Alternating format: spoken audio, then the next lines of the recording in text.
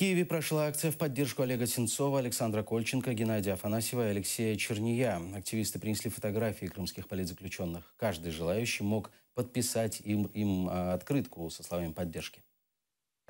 Гена любил снимать портреты, чувственные портреты девушек, глаза выделять, губы выделять, именно чтобы было меньше деталей, больше эмоций. Именно Алим Якубов – близкий друг Геннадия Афанасьева. Они вместе работали и учились фотографировать. Сегодня он пришел на акцию, чтобы показать фотографии Геннадия Афанасьева.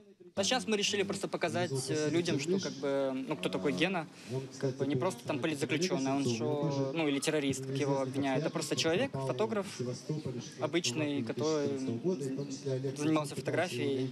Активисты установили баннер, на нем развесили фотографии политзаключенных. По центру зеркало. В него может посмотреть каждый и представить себя жертвой путинского режима. Мы пытаемся донести, на самом деле, мысль, что все, что происходит, это в основном действия России, направленные на пропаганду против Украины, и туда попадают зачастую случайные люди. Желающие могли приобрести футболки с изображением 4 узников Кремля. Деньги пойдут на поддержку семей крымских политзаключенных. Также можно было подписать открытки со словами поддержки.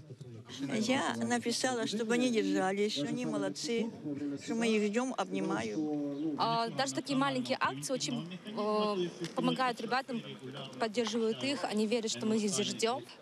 Показывать, что им вообще всем политзаключенным, что их здесь ждут, что их любят, что в них нуждаются, потому что, наверное, там это единственная мысль, которая их стимулирует держаться.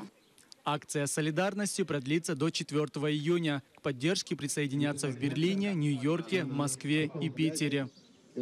Исмаил Газиев, Ислам Пинка, Заман, АТР.